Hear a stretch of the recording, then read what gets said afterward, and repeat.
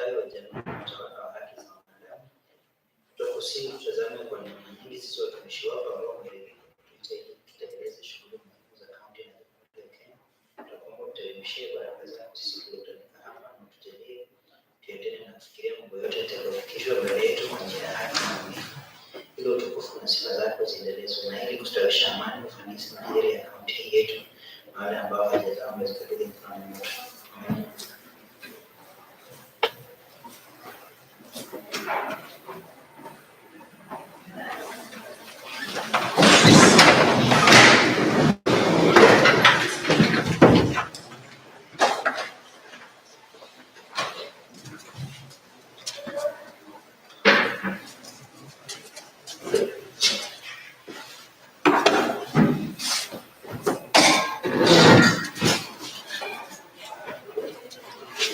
Kindly ring the bell.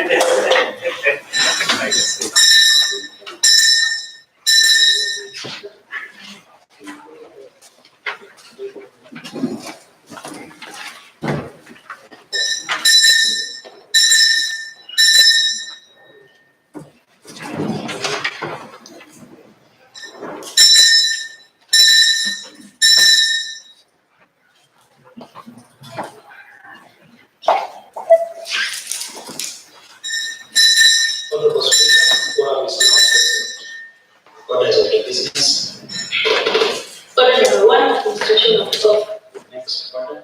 Order number 2, communication from the chair. Next order. Order number 3, messages. Next order. Order number 4, papers. Next order. Order number 5, petitions. Next order. Order number 6, notices of motion.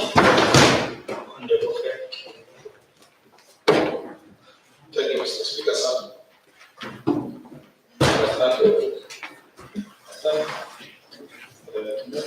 A lot of motion on the profession of uniform toward and secondary instructors.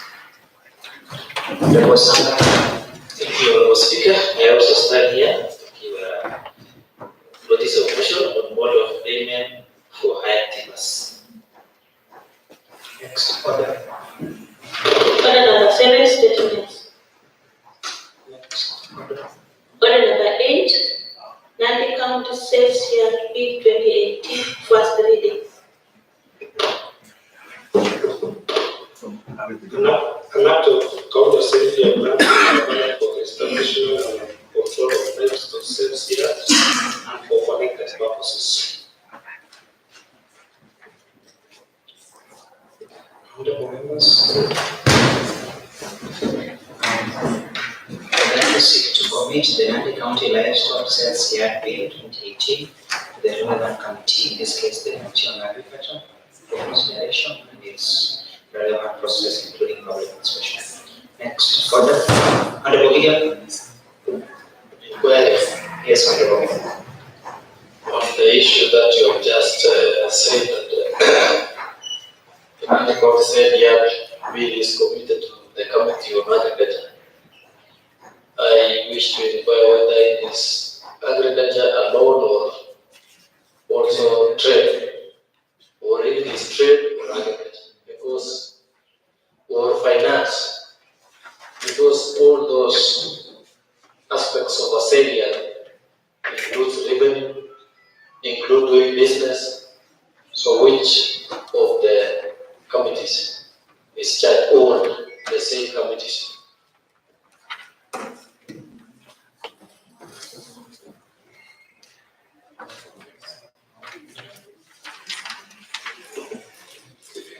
members was properly advised. Page 152 was done in August. The description of the sectoral committees and consider livestock and fisheries development, all matters related to agriculture, including crops and animal husbandry, family policies in the agriculture community. However, it doesn't stop relevant other sectoral committees to be able to do joint sessions. For example, when we did the CFSP and other documents, there was joint sessions between the finance and the budget and appropriation committee. So the same would apply. So this count will grow by putting the relevant committees but anchored under the agriculture committee. Next order. Order number 9, motion. Dr. Sandra.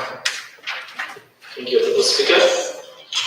I beg to move motion on the management of county water projects, including water and sanitation service.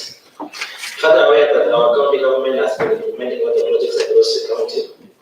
Considering that sustainability of any development project, the project must be managed, maintained, cognizant of the fact distributes water within Kapsabet municipality and Nandi hills town only, exclusion of water project established outside the two townships.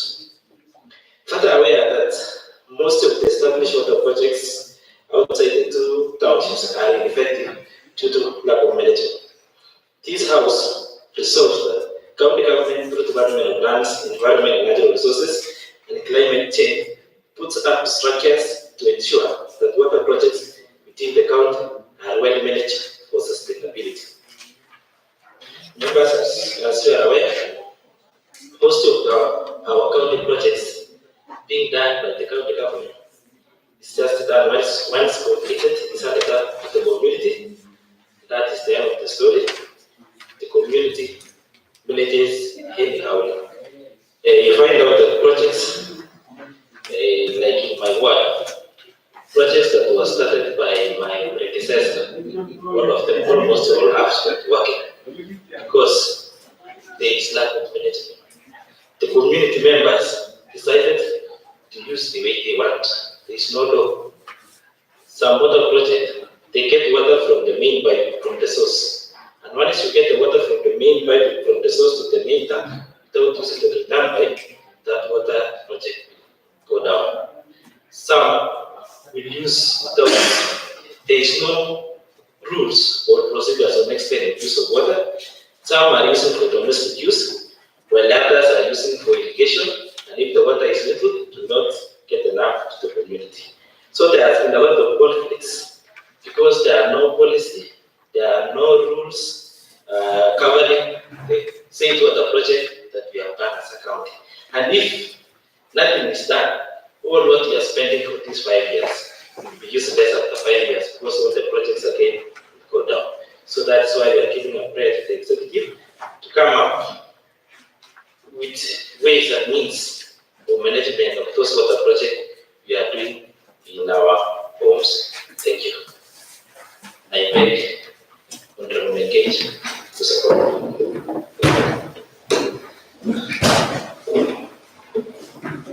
Members that the motion on the management of county water projects is up for debate.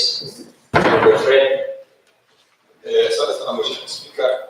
Ya kwanza nimeshukuru Mheshimiwa Mkuyu ya kwamba amefikiria jambo mzuri sana. Mheshimiwa Spika, niko na project ya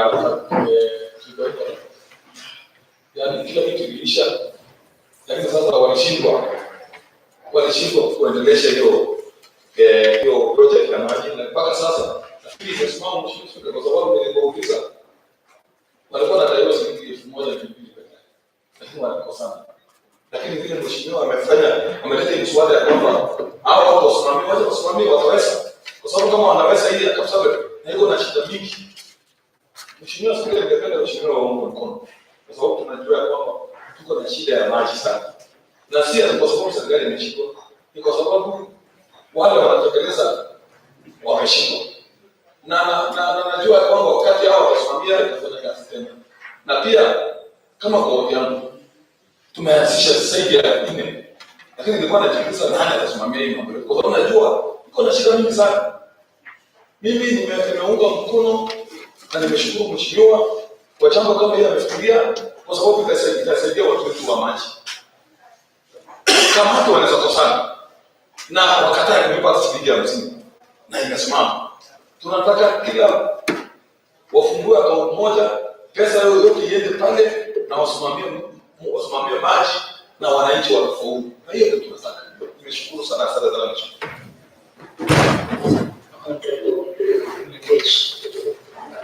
Thank you, Mr. Speaker. I wish to thank my neighbor on the western side of the cabinet, Honorable Dr. Sanga, for coming up with the motion. First, Honorable Speaker, I wish to register my dismay over the rejection of the labor-based policies for our work projects. And as we communicated earlier, we should have a conversation with the COP and other relevant authorities so that we can agree on the way forward. As Dr. Sanga has raised, this is something we need as soon as possible. First, I'll give an example of the water project in the source. It's called Cherokon Water Project. And the users of the project do not care how water flows. A number of them do not have taps, so water flows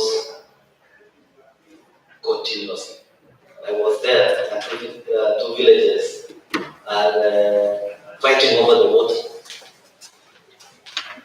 And so some of them have been vandalizing the project because they deem another village should not get the water. Second, Honorable Speaker, Honorable Sanga and I spent 6 hours trying to resolve a conflict. Water is flowing from the source of water to the water in the school. And Honorable Sanga can confirm that we spent more than 6 hours trying to resolve the conflict. Unfortunately, even after attempting to resolve the conflict, it has recurred again. It has recurred. So coming up with this motion so that we can have a way where these water projects can be managed. On Kenawasko, Honorable Speaker, I remember the last audit report, which I believe members can remember.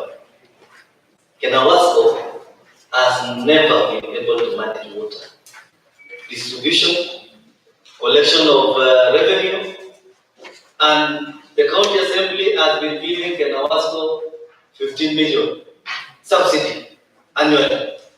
And I've said, I give an example and say, when Honorable Jackson Mandako took over as the governor of Mozambique, the first thing we did with Eldowas was to fire the board, the management. And within the first year, Eldowas made a profit of 74 million. Kenawasko, in the last 2015-2016, was not able to collect revenue up to 19 million. So I would not even support that the area of jurisdiction be extended to small projects in the works. What we can have is a policy, which I will be requesting the committee on land and water to come up with so that they can push the department to come up with a policy how the small water projects can be managed. The other issue, Honorable Speaker, the biggest water project in our county, that is Kepen Dam. Honorable Speaker, the project was initially a multi-purpose dam. Unfortunately, along the way, the design was changed to become a water supply project. I have been in discussion with the Victorian North Water Services Board because this project is meant to serve not less than 60% of residents of Nandi County. Unfortunately, it is facing the same challenges as Ikare Dam, Arong Dam, Inwaret Dam. And unfortunately, I want to challenge the Committee on Lands, Water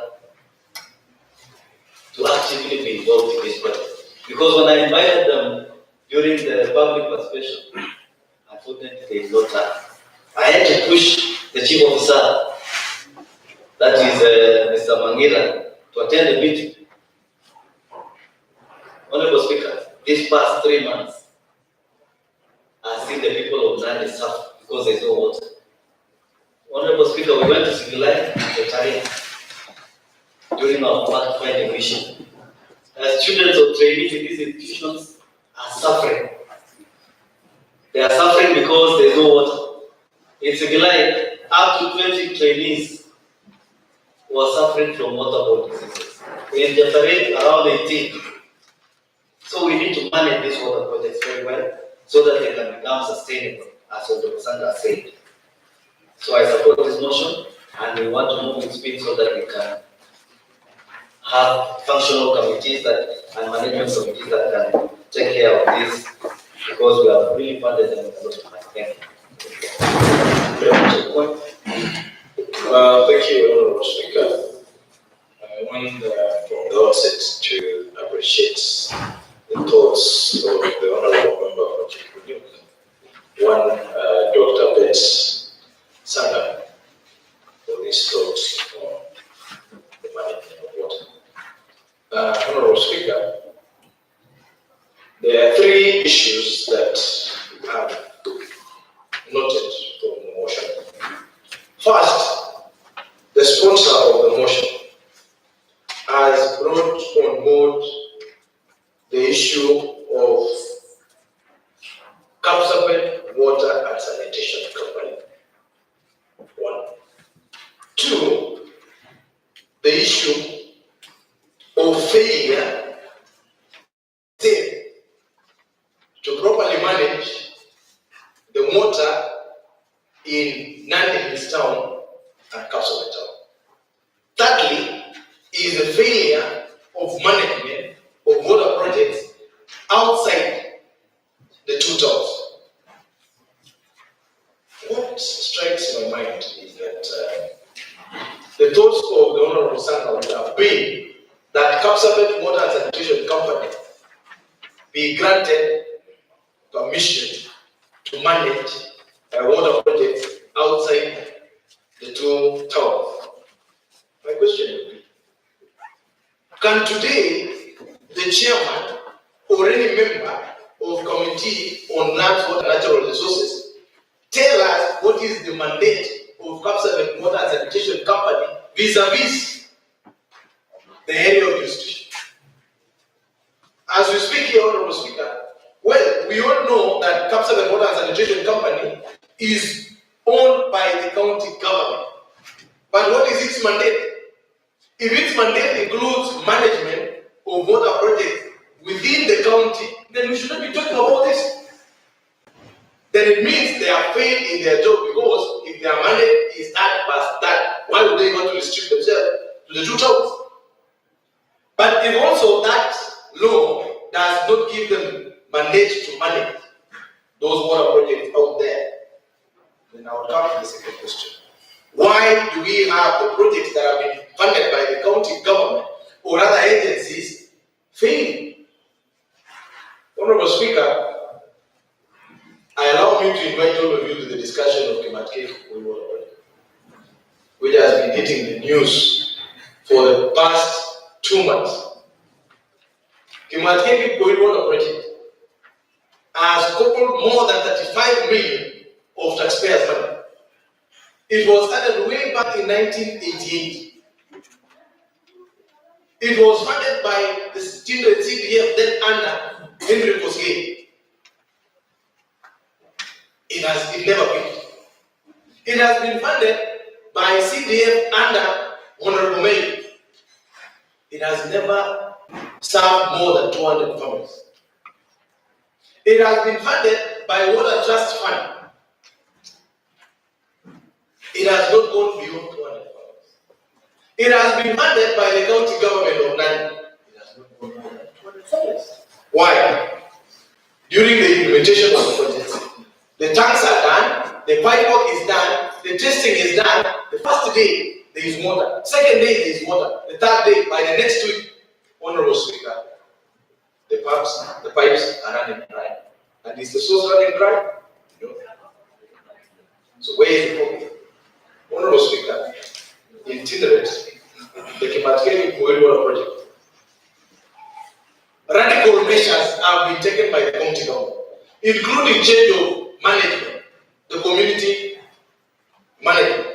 And as we speak now, there was an indication by the government as a way of trying to solve the annual consistent problems of Kimatkeni Water project. Because we are anticipating more funding from Water Trust Fund up to about 18 million, the indication was for us to be able to address this issue once and for all. Government of the suggestion that this water project, the implementation of the second phase and last phase hopefully, be managed under Council Water and Sanitation Company, which is still something on discussion. We are here to go and do public participation with the people of the Kimatkeni Water project on the taking up of management or implementation by Council Water and Sanitation Company. I already have a problem from where I sit. Point of information. Yeah, I appreciate what Honorable Chekwa is raising. Having followed the discussion of the water project in this one, the biggest issue by the members of this one is the rationale and the wisdom of taking the project to be managed by Kenawasco. Honorable Speaker, from this house, from documents presented by the chair of Pick and Pack, Honorable Speaker, is not here.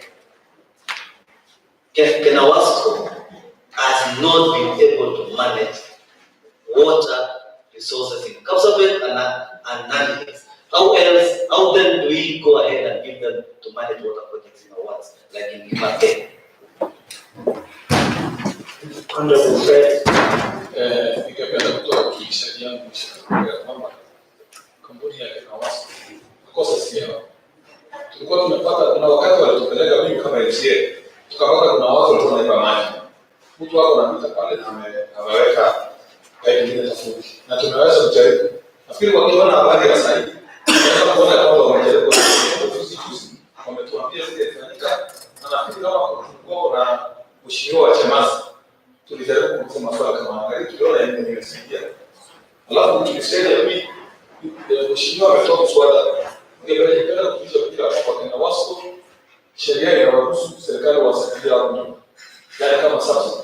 Sasa wakati hii maji yote tunapeleka pale, kaunti serikali yetu ya kaunti watakuwa wanaweka pesa pale kusaidia wale wananchi wa mashinani. Kwa sababu kuna pesa, nafikiri sisi wote tunalipa bilioni 15 tu yake. Nafikiri itakuwa kama bilioni 20, lakini itakuwa inasaidia maji ya resource, maji ya Chemasi, maji ya wapi, sasa ile ndio chini. Hiyo ndio nafikiri mimi kwa sababu nimeunga ndio nimelichotoa kule kwamba ni heri kuliko tuwatie wananchi. Honorable Speaker, allow me to, and I can protect me from any interruption because I want to bring my case here. The indication by Honorable Nandi is what I'm saying. I'm saying, I am asking myself a question. As far as I remember, when we sat, in fact, the reason why that report of Kenawasco audit report never made it back to this honorable was because of the suggestions and recommendations that we made here. I was here and I stood and I asked the question. That's why I'm saying, when there is an indication that because of the problems that we are having in Kimatkeni Water project, which we are sorting, I am sure the members of Tinderet can be able to solve that issue of Kimatkeni Water project. But the indication others was that failure for this to take off, Kenawasco would be taken to oversee or oversight the implementation of phase 2 is something that is still in discussion. And that is why it is supposed to be engaged, we are supposed to do public perspective. It's always been in question. I have no doubt about that. The last time we only got an opportunity to engage here, we asked a basic question. We asked whether the amount of water that is being piped from the source is equivalent to the amount of water that is dispensed per meter to the suppliers or the users. However, Honorable Speaker, they were not able to answer that question. And that is why when the member of Council says it is fine for us to be giving them a subsidy, and yet they cannot meet their bills, Honorable Speaker, we expect the mic that you put is the mic that you get. So, Honorable Speaker, the mic you I noticed that we shouldn't deviate much from the letter, especially the motion. The motion is recommended. The recommendation sought is that it is the work of the department to put up a structure. They are not formally said it can manage the finance. They just mentioned that for projects or water, existing water distribution projects outside the two townships, Nandi Hills and Kapsabet, the department to come up with structures. So I would prefer in our conversation. I'm sure this motion is not about discussion, pros and cons about the mask, but rather what options, because it's just an upgraded mission saying the department to come up with proposals that the House can consider. Thank you, Honorable Speaker, for that guidance. However, Honorable Speaker, like I said, 4 issues that you can pick from this. I was asking myself, why did the member from Chikudu bring on board the issue of conservative water? That is what Honorable Speaker I'm saying. He only mentioned that if it's about management, the only non-management so far so good, and that is structured, is one for the Kapsabet communities, which are managed by the Kenawasco. It was basically information. As to whether Kenawasco is being well or not, it is something that all of you, we discussed it, it can come on an agenda. It was just an information. The context of this motion is how about projects outside the two townships? What happens when, even in the two townships, the Gideon can confirm, I don't think an ask how much is water in Ketek, for example. Because that is a rural area. That will be different. So the question is, I would prefer in our contribution, we could suggest possible structures so that as the department, because the department will seek the committee plans to give proposals, how exactly we want to manage it to be done? What structures? Proceed. Thank you, Honorable Speaker.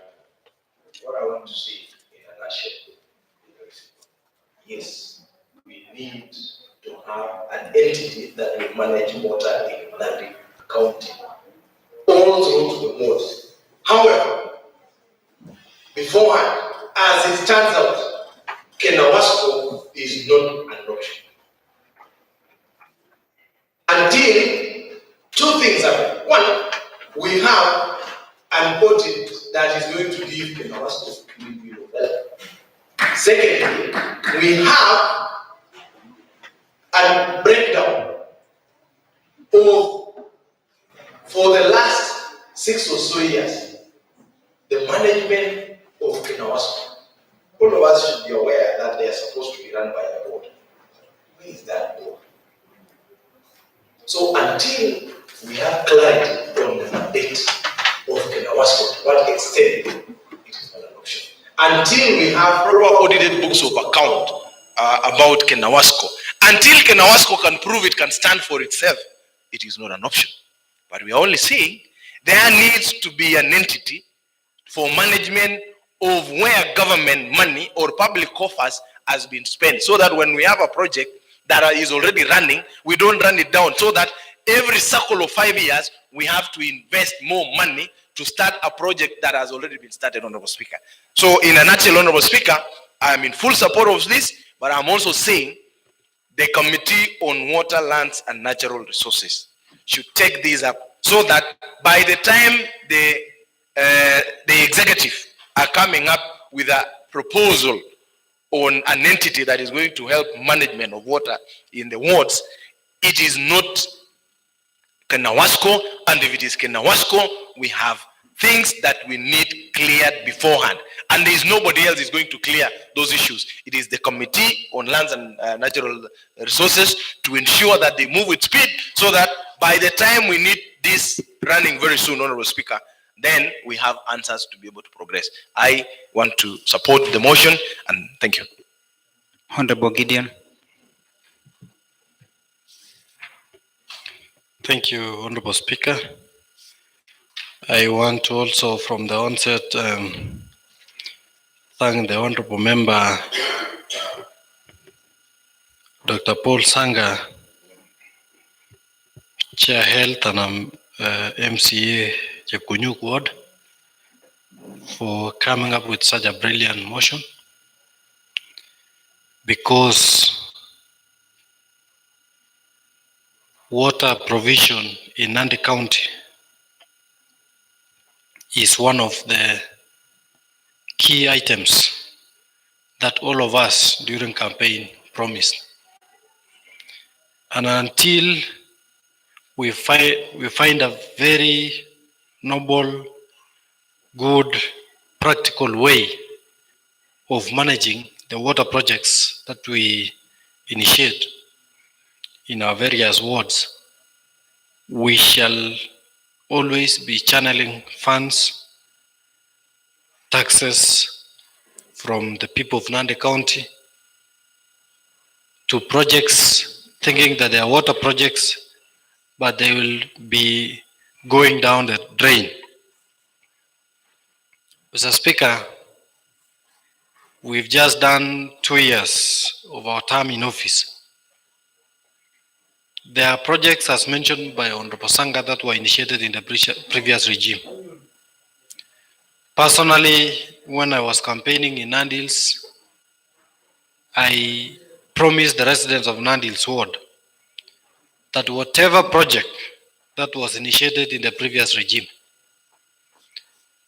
contrary to the belief of all or most of the politicians that projects initiated in previously should not see the light of day, I promise them that we shall endeavor to complete, because the funds used were not from the pockets of the previous regime holders, but from their taxes. I have a project that we are following it up, called Kapsean Water Project. It has taken up a lot of funds. In the previous regime, a lot of funds were channeled. We have even tanks, 3 tanks already constructed.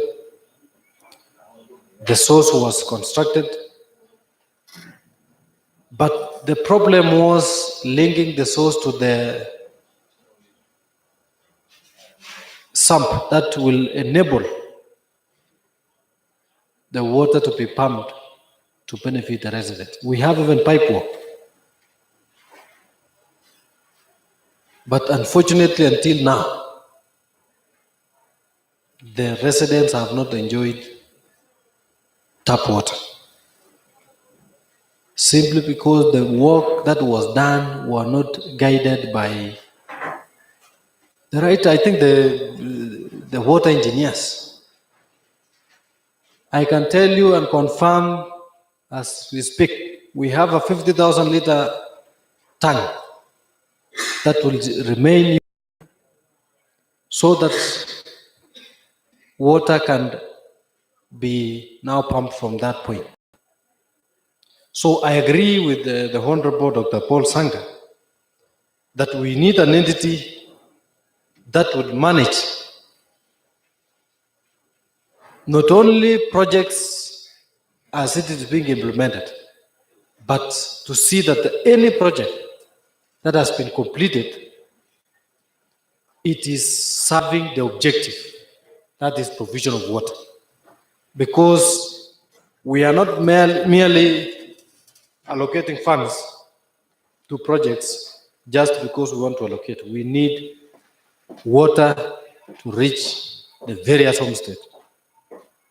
So I support fully this motion by Honorable Paul Sanga, and wish to thank him for having brought this up. Honorable Jepon has challenged with the members of the Lands, Environment and Natural Resources Committee on making sure that we are keen on this. As to whether we should have Kapsabet or Kapsabet Kanawasco managing these projects is indeed our responsibility as a house to provide the necessary framework. As Honorable Jepon said, I can't even clearly enumerate the functions of Kanawasco. But being a member of the Lands, Environment, Water and Natural Resources Committee, we are alive to the fact that we have constantly been making progress in making sure that we keep this company and the rest on checks. That is why we've made follow-ups, even with the report that was tabled here by Pick and Pack. And we have been given reports. And as he said, we need, as we move forward, to make sure that we constantly follow to get clean reports from the Auditor General as far as the management of this company is concerned. It is important to note also that this entity, going forward as we speak, we widen up our scope so that these are not limited to terms of engagement with national bodies that are dealing with these issues of water project. Honorable Megej has mentioned Keben. We have a project in Nandi that was tendered the other day. I understand because we don't have facts that the evaluation was done, a contractor was not, we didn't any contractor. I think all those who bidded could not qualify. There must be a new way, a new advert. And it's a project that is meant to serve the entire Nandi Hills ward and part of, including even Chipkunyuk ward. A project worth 600+ million. It's a default function. We are wondering why the national government should still be sitting on funds meant for county function or default function. It's unfortunate. It's unfortunate that even when issues arises, including and not limited to the issue of Keben Dam, an honorable member of a county assembly must write a petition to the national government, to the line ministry, Lake Victoria North, so that action is taken. I think as we enjoy the fruits of devolution, we must say that it is not yet devolution. Because with such happenings, we cannot make headway, we cannot serve fully the people of Nandi County. Otherwise, I support this motion and thank the honorable member for bringing up this motion. Thank you. Honorable Mwili Maro. Thank you, Mr. Speaker, sir. I would like to thank the member of Chepkunyuk, Dr. Busanga, for coming up with this motion. I'm surprised to hear from Nandi's member the same problem I am facing in Sengala. There are projects that were there before. We had to channel the same funds again. Up to now, there's no water that is being used by the So, yeah, I feel then the engineer should be taken accountable for this because they're the same people just saying, yes, put the money. They give us the things back to the house, we channel back the same money, water doesn't come. So I think this one we have to discuss to see and ask them, why should they just stand there, ask putting the money, and what water is not going to the 1NG. So I think it's a problem, Honorable Speaker. Honorable Pius.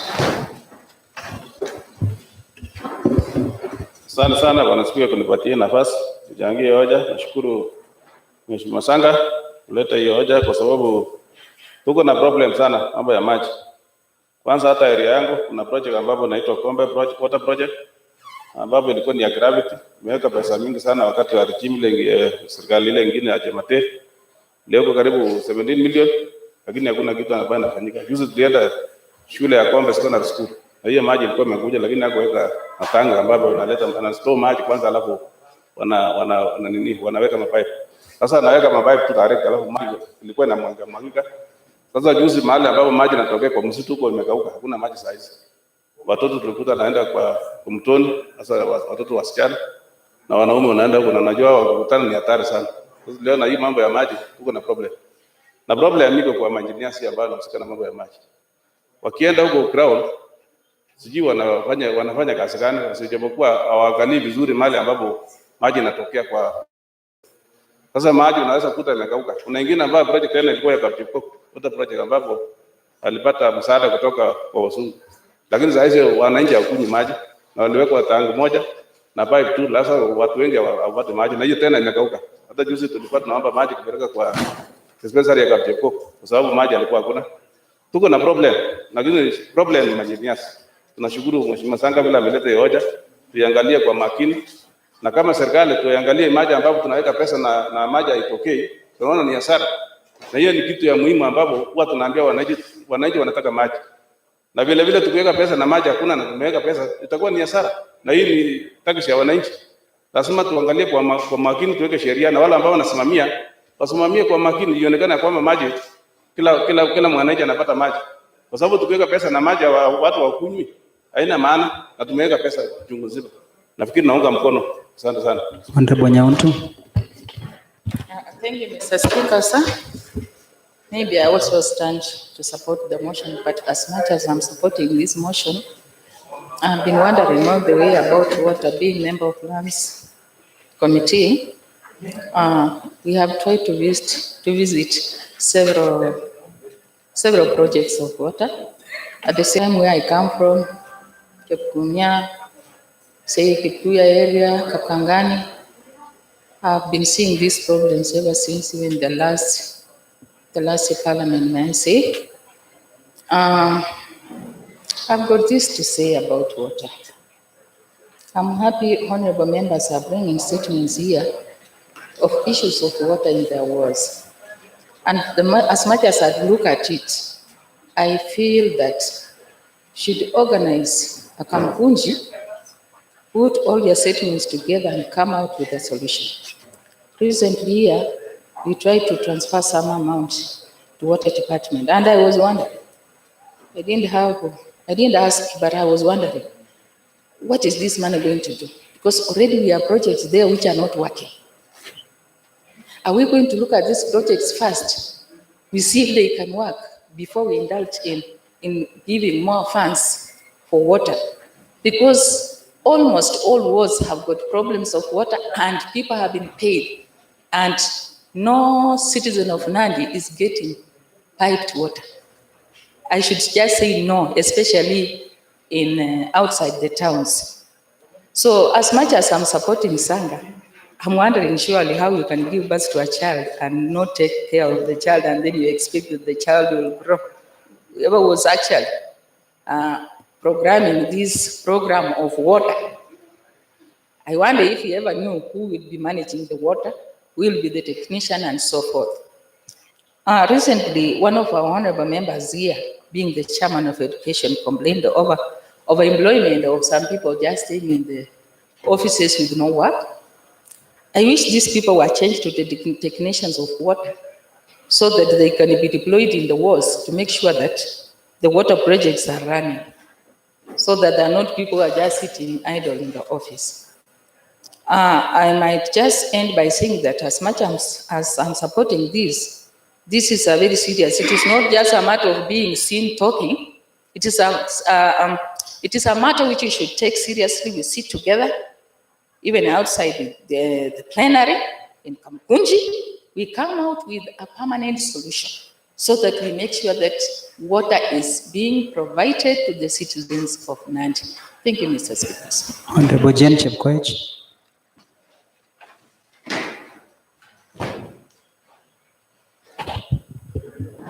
Asante sana Mr. Speaker kwa kunipea nafasi hii. Namshukuru mheshimiwa kutoka Chepkunyuk, Honorable Sanga, kwa kuleta hii motion. Sasa mimi ninapenda kuunga mkono hii motion nikisema kwamba kweli tumepewa maji saa zingine kwa watu wengine. Yaani kwa sababu kuna wengine wanapata maji, lakini siku ingine hapo walikuwa wanasema ati wanataka kuregister watu wenye anapewa maji, wenye anataka maji walipe, na kuna wengine wenye analipa, lakini hata sasa wachapewa maji. Sana sana kwa upande wa Kapchorwa, kwa sababu nilipata watu wenye waliregister lakini hawakupewa maji. Na hiyo maji pia walitengeneza njia. Lakini walitengeneza hapo mahali pengine hapo. Wakaachia hapo juu. Sasa itakuwa shida yako wewe uende leta maji huko.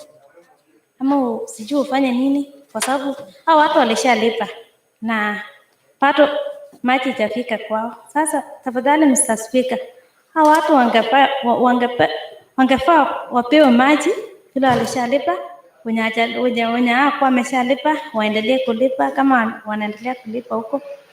Alafu mahali pengine ni upande wa sehemu zingine zenye hawakupewa maji, yani wenye hawakuwa na terms. Mr. Speaker, kuna mahali kama Chepterit. Sasa hao watu ni lazima wachimbe maji ndio wapate, wachimbe ndio wapate maji. Sasa Mr. Speaker, na wenye wako na shida, wenye wana pesa, sasa watachimba aje sasa maji? Atapata aje maji? Sasa tafadhali hao watu wapewe maji.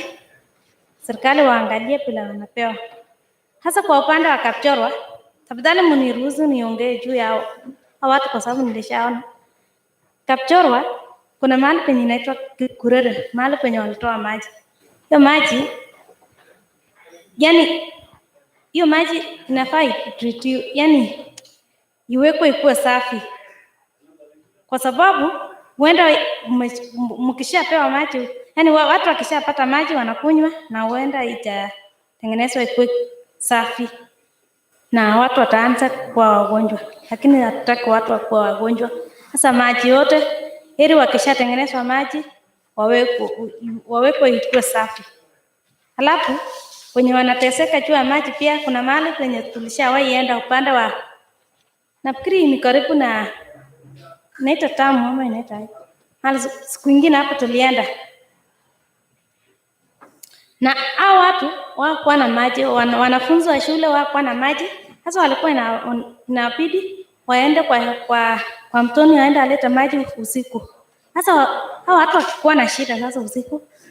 Sasa tafadhali hao watu watengenezewe maji na wenye wamelipiwa watengeneze hiyo maji. Hao watu wenye wanaongozea, yani kamiti yenye wanasimamia maji. Yani waangalie hao watu wapewe maji nao. Hao watu wenye wanatengeneza maji wasipewe tu pesa na kumbe watengeneze maji. Asante sana Mr. Speaker, na mimi naunga mkono hiyo motion. Honorable members, judging by the mood of the House, I therefore seek to put the question on the motion on the management of the county water projects. Yes, Honorable Sheikh. Mheshimiwa Speaker, ningependa kupata habari kama sheria inaruhusu na kikao haijai, Mheshimiwa Speaker. Kindly confirm the quorum. The clerks. Can the sergeants get the members? Because I can see some members out there. Can you get the 3 or 4 inside?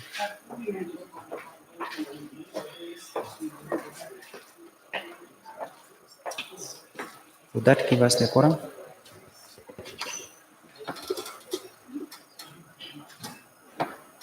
Quorum is now present on the speaker. Honorable members, I therefore seek to put the question on the motion on the management of county water projects, that this House resolves that the county government through the Department of Lands, Environment, Natural Resources and Climate Change puts up structures to ensure that water projects within the county are well managed for sustainability. Will as many as our similar opinion say aye? Aye. Will as many as our contrary opinion say nay? The ayes have it. Next. Order. Order number 10, motion. Honorable Gideon. Thank you, Mr. Speaker. For the third time, I am rising to move this motion. I hope today we shall have the necessary quorum to dispense of this motion. I remember this motion was moved previously before we went to recess. One Honorable Sarasar claimed to be intending to bring an amendment, but later he did not, forcing us to go for recess without dispensing of this motion. Uchulishaji, Mheshimiwa Spika. Honorable Fred. Mheshimiwa Spika, ningependa kuchulisha rafiki yangu kwamba mswada yake nafikiri kulingana na kipengele namba 53 inatoa sheria ya kwamba kama yeye hakuitimisha hiyo mswada yake inaanguka. Mheshimiwa Spika, nafikiri ungesoma kipengele namba 53 kwa sababu tulingoja Spika atoe uamuzi yake kutoa. Inaonekana mswada wake imeanguka. Mheshimiwa Spika. Kindly move the motion, Gideon, as I consult on the same quickly. Thank you, Mr. Speaker. I rise to move a motion that aware that tea is a major foreign exchange earner in Kenya and that Kenya is the world's largest exporter of black tea.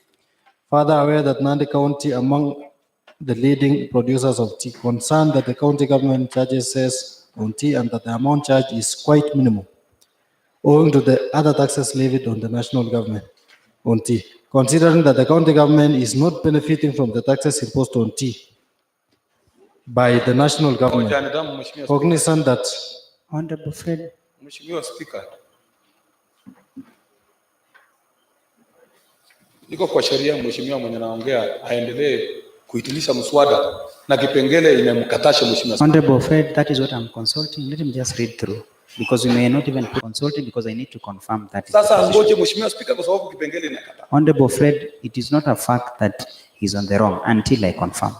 Let me confirm. thank you for protection. Benefiting from the taxes imposed on tea by the national government, cognizant that the county needs to benefit from the taxes levied on tea produce in the county. This House therefore resolves that Senate considers and comes up with legislation to have tea taxes levied. The gold that we have in Nandi is tea. The oil we have in Nandi is tea.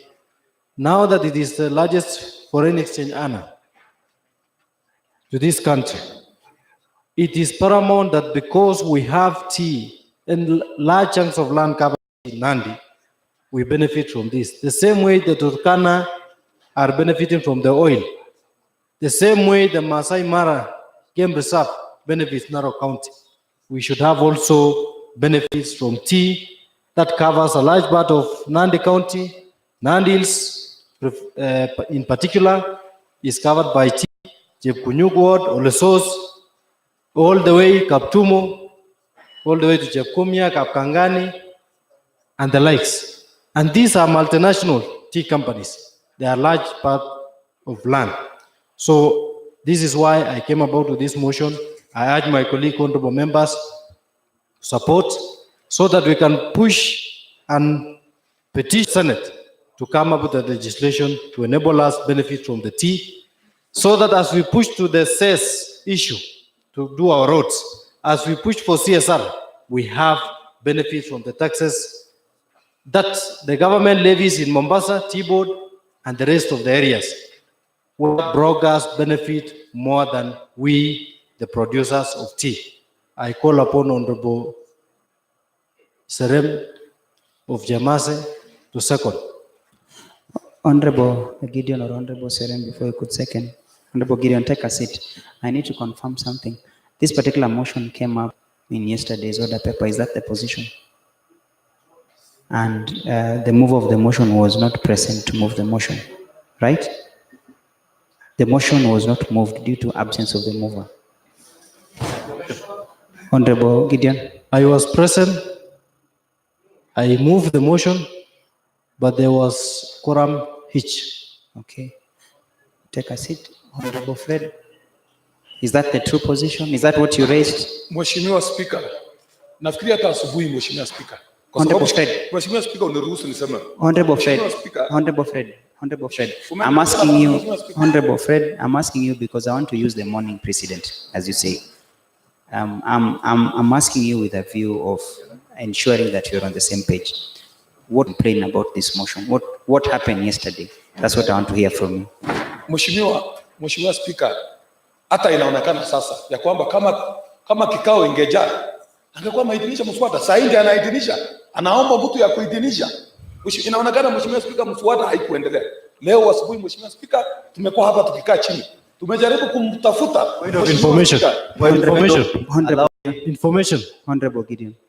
I want to inform the honorable member. Honorable Fred, take your seat. For Kapsabet, that I have two motions. In the morning, I was supposed to be moving a motion on establishment of Nandi County Investment Development Authority. These are different motions.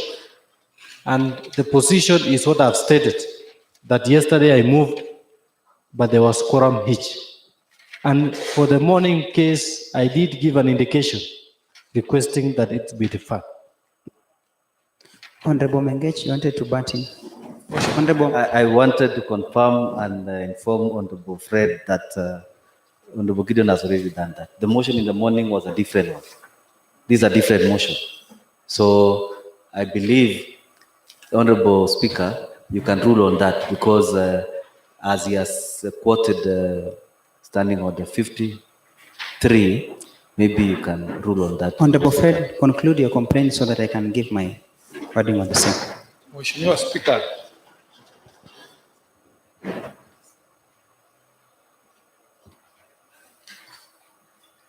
Honorable Fred, proceed. Mheshimiwa Speaker, nafikiri vile nimeelezwa Mheshimiwa Speaker, nimeelewa, na unajua tena hii mswada ameleta ni ukusanyaji wa pesa pia. Na nafikiri vile yeye amesema, ukipendua ukurasa wa nyuma huko, ukiangalia vile amefanya Mheshimiwa Speaker, nafikiri ni vile amesema. Honorable Hillary, proceed. Thank you, Mr. Speaker. Mr. Speaker, I rise to second the motion by the Honorable Gideon Koech of Nandi Hills on tea taxes. And Mr. Speaker, it is quite in order and quite good of the Honorable Gideon Koech to realize the significance of tea and the importance of tea taxes to the economy of Kenya, and in particular to the tea growing counties. Mr. Speaker, this will create a paradigm shift in the way we manage our taxes and the benefit we get from our crops, realizing that actually agriculture is now a default function. For a long time, we have not seen a lot of benefits from the tea taxes in particular. As a matter of fact, we have only had we have a number of complaints to do with irregularities brought about by multinationals. Now it is time that we take the lead. Honorable Fred. Ningependa kupata habari kwako, nijulishe kuhusu tofauti ya ile mswada ya asubuhi na sasa, Mheshimiwa Speaker. Honorable members. Honorable Hillary, could you finish the seconding as I consult? Mr. Speaker, I second. Thank you. Honorable members, two motions cannot be the same. Two motions cannot be the same. By the time the House Business Committee sits and apportions, I don't think the House Business Committee can sit and rule that a motion be considered is the same or change of wording. The motion on tea taxes, I think, has been on the table differently. The morning motion was regarding setting up of a development authority. Honorable Gideon, you can confirm that. The motion for the morning was about an entity, an institution. This one is about the tea taxes. There are two different motions. Honorable members, that the motion on tea taxes is therefore up for debate.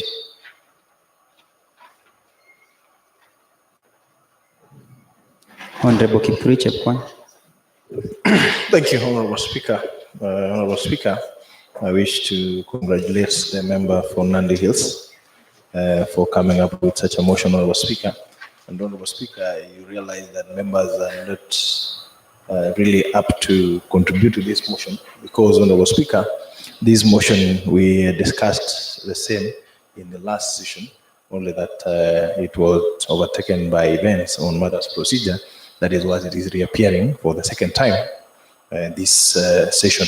So, Honorable Speaker, we talked much to this motion last time, and this is one of the motions that when we had a visit by the members of the Senate, this was one of the motions that we brought to their attention, and they promised that they are going to fast track the same, Honorable Speaker.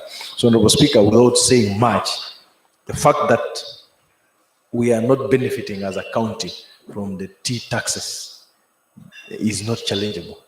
And I think, Honorable Speaker, the fact that we are discussing this motion at this juncture, when all of us are aware that there is a bill sponsored by the Kericho senator on the same, the tea taxes, Honorable Speaker, it only informs the bill by the Honorable Member, Senator for Kericho, that also Nandi County is interested. And our prayer is that the legislation does consider ensuring that the counties where the tea is produced benefits more from the taxes, so that we are not only limited to the cess, which as we speak is a matter of contestation between the county government and the multinationals. And every day, I think the county government has been treated to theatrics by the multinationals. Today, they sit down with the county government, they say we have an agreement, then they say we are going to implement this in the next 1 year. When that time comes, then they say they run to court. When they go to court, the matter is put to pending for another 1 year. By the time the county government is coming back to the same issue, its term is coming to an end. And I think, Honorable Speaker, we are getting to understand the trend that is being taken by the multinationals, and their time is coming soon, Honorable Speaker. So, Honorable Speaker, without saying much, I am in full support of the motion. Thank you. Honorable members, I just need to confirm to you that nowadays, when you see such a motion calling for us to liaise with, for example, a higher board with the Senate, I can confirm to the House that we've set up a liaison office to be able to sort this out. That as soon as the motion is approved by this House, the same has to get to the Senate immediately. Secondly, based on the information by Honorable Kipkuri Chepkwony of a pending bill by the Senator Kericho, which I can attest to the fact that I saw they went around doing fact-finding in tea growing areas. And the main issue was on 1, leases, 2, benefit to the community in form of cess and taxes. So it's a question of tying up together, which the move of the motion can help with the liaison person in delivering the same to the Senate. So you're sure that it's not an open-ended, that as soon as we approve, it ends here. No. The action point is basic. It has to get to the right institution. Honorable Fred, I should only give you the right to contribute before I put a question. Honorable Fred. Asante sana Mheshimiwa Spika. Nimeshukuru Mheshimiwa wa Nandi fikiri kwa mswada yenye amelete Mheshimiwa Spika. Lakini shida ile niko naye Mheshimiwa Spika, chai ni pamoja na wakulima wetu wa Nandi. Kwa sababu sisi tunapeleka chai yetu iende kwa hiyo kampuni Mheshimiwa Spika. Nafikiri itakuwa na udhuru wakulima Mheshimiwa Spika. Kwa sababu kama serikali ya kaunti itagawanya hiyo pesa, serikali ya juu itagawanya hiyo pesa, mkulima kawaida Mheshimiwa Spika ataumia Mheshimiwa Spika. Point of information, Honorable Speaker. Honorable Mengech. Thank you. I wish to inform Honorable Fred that the motion by Honorable Gideon 6 is only talking about the already levied taxes, a share to counties, sorry, to our county from the national government of taxes that is already levied. So many. If I'll remind Honorable Fred, there are almost 11 taxes levied on tea. So we are not talking about... Out of the 11, are you saying the entire 11 is remitted to the national government? Yes. The county government only gets cess? Okay, proceed. I think it's a good point of information, Honorable Fred. Nafikiri Mheshimiwa Spika, vile Mheshimiwa ameongea. Unajua wakati Mheshimiwa Spika, kuna wakati tulitembelea na tunajua kwamba hata wakulima kawaida wanapeleka chai kwa hiyo kampuni. Hata ukilipwa mwezi moja kuna bonus. Hakuna vile tutaiba Mheshimiwa Spika. Hii yote itatupata. Hata tukisema pengine tunaandama wale wakulima wa juu, serikali ya juu. Tayari sisi kama kampuni ya chini, kama wananchi vile wana hiyo chai yao, lazima watakatwa chochote kwa ile ndani. Na najua Mheshimiwa Spika, yale pengine Mheshimiwa atafikiri kwa sababu inatoka kodi yao, lakini najua wakulima wanajua kwamba utaumia. Mimi ni mkulima ya chai. Chai yangu inaenda kampuni ya Nandi. Na tayari baada ya hiyo bonus, mwaka ikikuja ni saa ile imeuzwa. Hata kama imetegezwa iko tayari, baada ya kuuzwa ndio utapata bonus. Na najua hapo ndio itakuwa na maneno. Lazima tuelewane ya kwamba hiyo tulijaribu na najua itatuletea shida. Kwa sababu mimi nikiulizwa kwamba wewe ulipitisha kwa nini? Hakuna kitu ndajibu. Mimi kama mheshimiwa hapa Kapsabet najua italeta shida na mimi sitaunga mkono mheshimiwa. Honorable members. Point of information. Honorable Gideon. Mr. Speaker, I wish to inform my colleague, Honorable Fred, that none of the wording of this motion seeks to impose any tax on tea. Furthermore, this motion speaks to already levied taxes, and it is a petition to the Senate. We shall all be called upon to justify. It is at this point that the Honorable Fred comes in with the issues that are affecting the tea farmers. I wish to inform that way and for the benefit of all the members who are here. Honorable members, judging by Tulishaje mheshimiwa. Honorable Fred. Mheshimiwa Spika, ningependa kutulisha wabunge rafiki yangu ya kwamba wakati kuna maandishi waliandikiana na kaunti ya Kenya, serikali ya Kenya kwa ile kiwango pesa wanachukua. Lakini kama sisi kaunti ya hii makaunti tutaingia ndani, itapiti watapunguza kiwango ya chai kwa sababu watapata pesa nyingine kulingana na biashara yenye iko nje. Najua lazima watatufinya. Mheshimiwa Spika, kuna mambo lazima tuelewane kwa sababu tutafinywa. Hiyo ndio ningependa kujulisha ya kwamba hakuna kama serikali itakuwa inaongeza bei tutasema hiyo ni nzuri, lakini tunajua watatufinya Mheshimiwa Spika. Honorable members, now that this matter had been discussed and it's a question of making a decision, I therefore seek to put a question on the motion on tea taxes by Honorable Gideon Quiet, that this House resolves that the Senate considers and comes up with a legislation to have tea taxes levied by the national government shared among the tea producing counties. Will as many as of a similar opinion say aye? Aye. Will as many as of a counter opinion say nay? The ayes have it.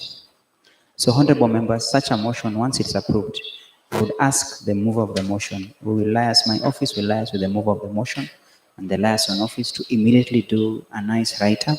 We will attach this particular resolution by the House, and we would want the mover of the motion to always be in person following up, knowing that the same has been submitted, and follow up the debate at the Senate to ensure that this has come up, because I remember the Senate team literally went out and these are the issues that they raised.